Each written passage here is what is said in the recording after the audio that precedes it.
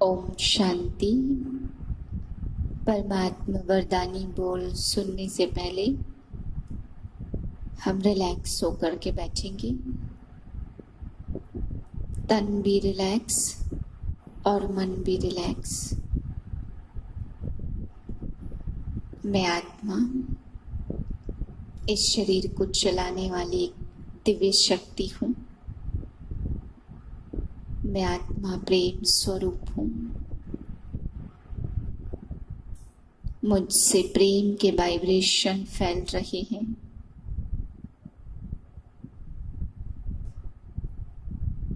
मैं प्रेम का अनुभव कर रही हूँ। प्रेम के सागर शिव बाबा मुझ आत्मा के समीप हैं।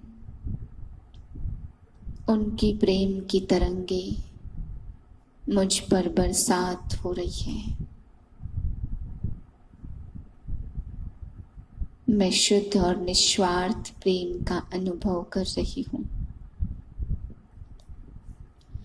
इसी स्थिति में बाबा के प्रेम भरे महावाक्य सुनी। 15/9/2020 के महावाक्य हैं। आज के मुरली में बाबा ने हम बच्चों को विशेष सेवा के लिए समझाया है कि बच्चों को सेवा के लिए बहुत बड़ी हिम्मत दिखानी चाहिए। अगर सेवा करनी नहीं आती या बोलने का ढंग नहीं आता है तो भले हमें नहीं सुनाना चाहिए किसी को भी, क्योंकि एक ठीक से नहीं सुनाता है तो बाबा ने कहा सभी बीके का नाम खराब हो जाता है। इसलिए पहले अच्छी तरह से बोलना सीखना है।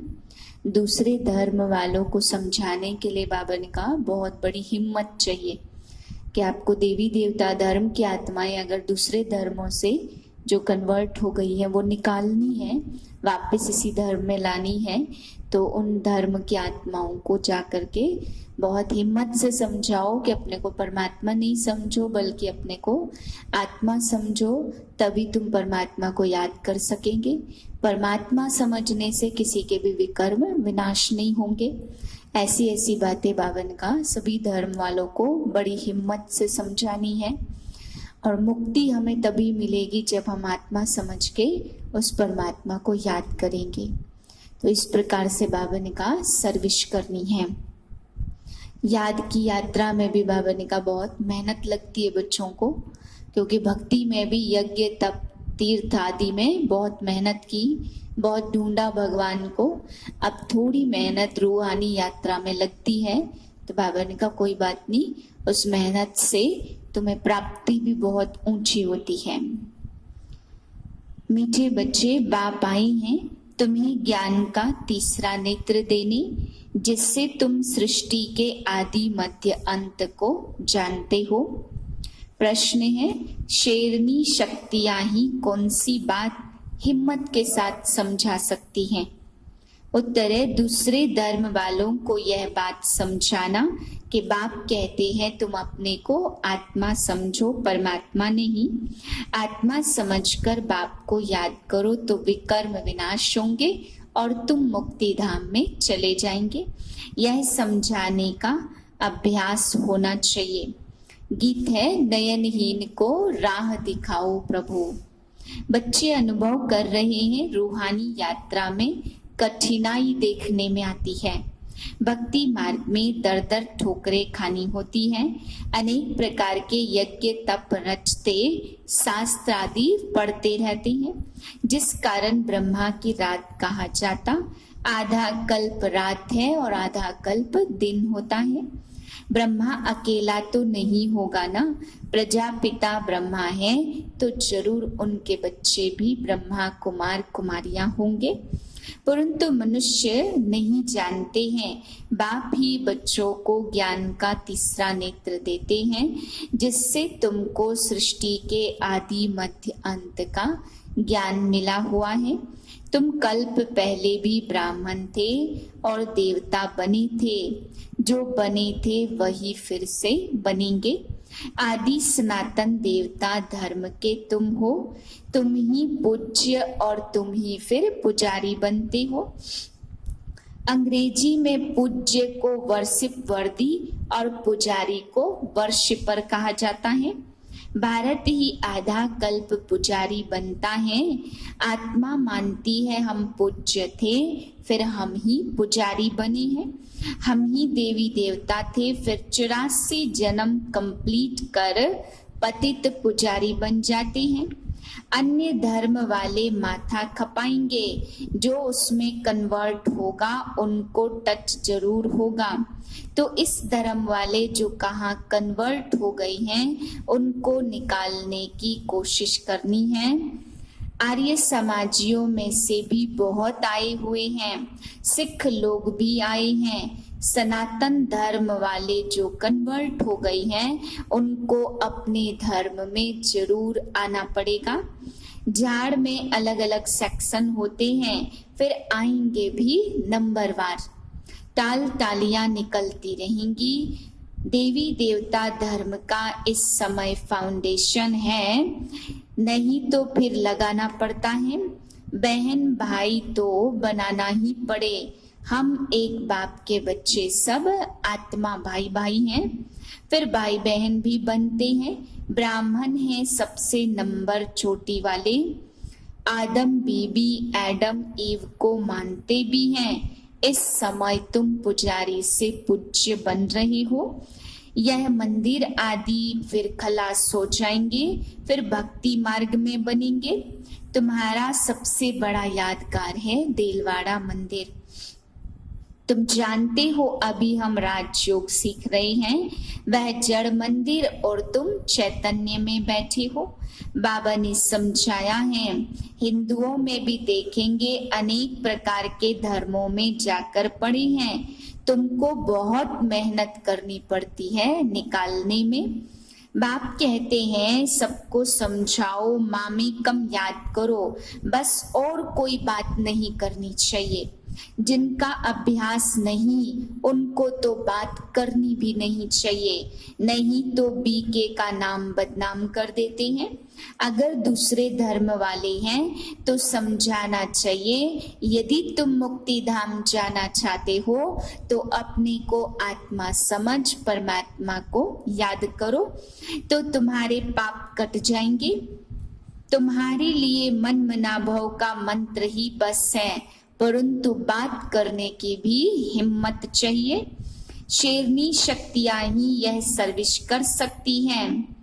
वह तो बाप को जानते ही नहीं है। सन्यासी लोग बाहर में विलायत वालों को ले आते हैं कि चलो तुमको स्पिरिचुअल नॉलेज देवे। ब्रह्म को भगवान समझकर कह देते बस याद करो, बस यह मंत्र दे देते, जैसे किसी चिड़िया को अपने पिंजरे में डाल देते हैं। तो ऐसे ऐसे समझने में टाइम लगता है। बाबा ने कहा था हर एक चित्र के ऊपर लिखा हुआ हो शिव भगवानो वाच। तुम जानते हो इस दुनिया में धनी बिगर सब निधन के हैं। पावन दुनिया तो एक स्वर्ग ही है, यहाँ कोई भी सतो प्रधान हो न सके। सतयुग में सतो प्रधान थे, वही तमो प्रधान पतित बन जाते हैं। क्राइस्ट के पिछाड़ी उनके धर्म वाले आते हैं। अभी तुम तैयार हो रहे हो सुख धाम में आने के लिए। बाकी सब धर्म कोई स्वर्ग में थोड़े आते हैं। भारत जब स्वर्ग था तो उन जैसा पावन खंड कोई था नहीं। जब बाप आते हैं तब ईश्वरी राज्य स्थापन होता है। वहां लड़ाई आदि की तो बात ही नहीं है। लड़ना झगड़ना तो पीछे शुरू होता।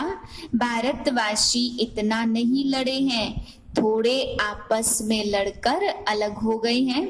द्वापर में एक दो पर चढ़ाई करते हैं, तो यह चित्र आदि बनाने में भी बड़ी बुद्धि चाहिए। यह भी लिखना चाहिए भारत जो स्वर्ग था सो फिर नरक जैसा कैसे बना, सो आकर समझो। भारत सदगति में था, अब दुर्गति में है। अब सदगति को पाने के लिए बाप नॉलेज देते हैं। मनुष्यों में यह रूहानी नॉलेज होती नहीं है, यह होती है परमपिता परमात्मा में। बाप यह नॉलेज देते आत्माओं को, बाकी तो सब मनुष्य मनुष्यों को ही देते हैं। शास्त्र भी मनुष्यों ने लिखे हैं, मनुष्यों ने पढ़े हैं। यहाँ तो तुम्हें रूहानी बाप पढ़ाते हैं और रूह पढ़ती है। पढ़ने वाली तो आत्मा है ना, वह लिखने और पढ़ने वाले तो मनुष्य ही होते हैं। परमात्मा को तो शास्त्र आदि पढ़ने की दरकार नहीं है। बाप कहते इन शास्त्रों आदि से किसकी भी सदगति नहीं हो सकती है। अभी तो दुनिया में करोड़ों मनुष्य हैं। सतयुग में इन लक्ष्मी नारायण का राज्य था तो वहां 9 लाख होते हैं। बहुत छोटा झाड़ होगा। फिर विचार करो इतनी सब आत्माएं कहाँ गई? ब्रह्म में व पानी में लीन तो नहीं हो गई ना। अब मुक्ति धाम में रहती हर एक अविनाशी आत्मा है, उनमें अविनाशी पार्ट नुदा हुआ है जो कभी मिट नहीं सकता। जब सब आत्माएं आ जाती तब मैं आकर सबको ले जाता हूँ।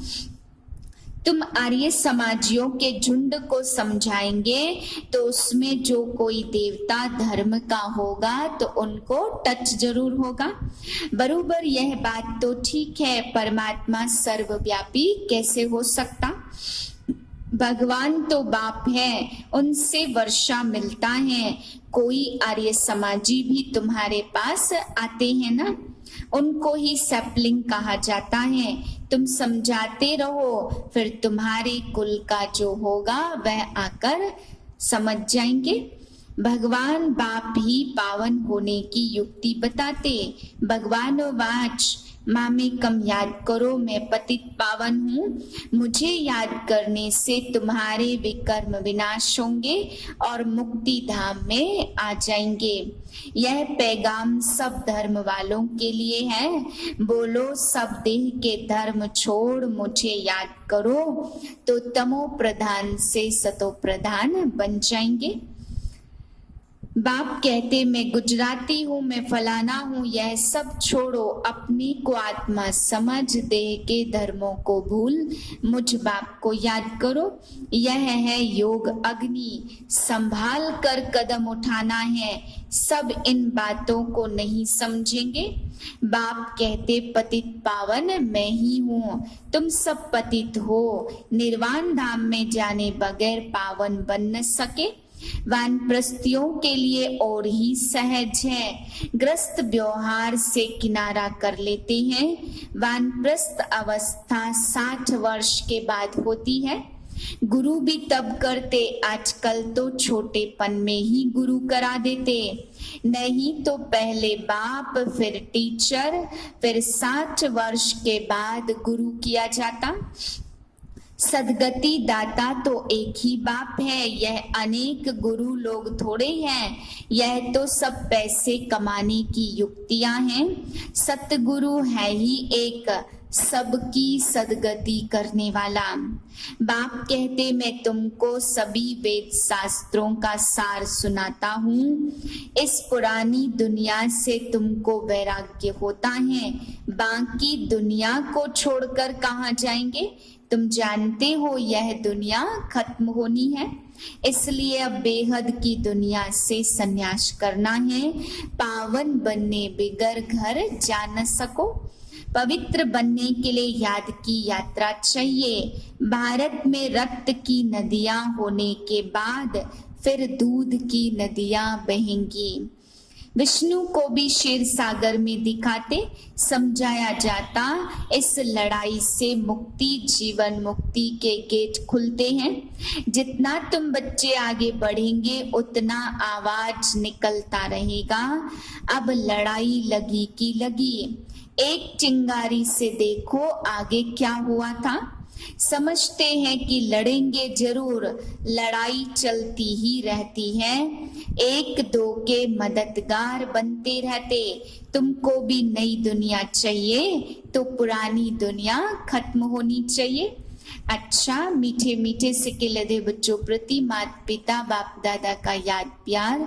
Good morning. रूहानी बाप की रूहानी बच्चों को नमस्ते।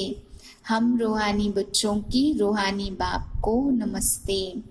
धारणा के लिए मुख्य सार है, पहली पॉइंट, यह पुरानी दुनिया अब खत्म होनी है, इसलिए इस पुरानी दुनिया का संन्यास करना है। दुनिया को छोड़कर कहाँ जाना नहीं है, लेकिन इसे बुद्धि से भूलना है। दूसरी पॉइंट है, निर्वाण धाम में जाने के लिए पूरा पावन बनना है। रचना के आदि मध्य अंत को पूरा समझकर नई दुनिया में ऊंच पद पाना है। वरदान है, अलबेलेपन की नींद को तलाक देने वाले निद्राजीत चक्रवर्ती भव। साक्षात्कार मूर्त भक्तों को साक्षात्कार कराने के लिए अथवा चक्रवर्ती बनने के लिए निद्रा जीत बनो। जब विनाश काल भूलता है तब अलबेलेपन की नींद आ जाती है। भक्तों की पुकार सुनो, दुखी आत्माओं के दुख की पुकार सुनो, प्यासी आत्माओं के प्रार्थना की आवाज सुनो, तो कभी भी अलबेलेपन की नींद नहीं आएगी। तो अब सदा जागती ज्योत बन अलबेलेपन की नींद को तलाक दो और साक्षात्कार मूर्त बनो। स्लोगन है, तन मन धन, मन वाणी कर्म किसी भी प्रकार से बाप के कर्तव्य में सहयोगी बनो तो सहज योगी बन जाएंगे। ओम शांति।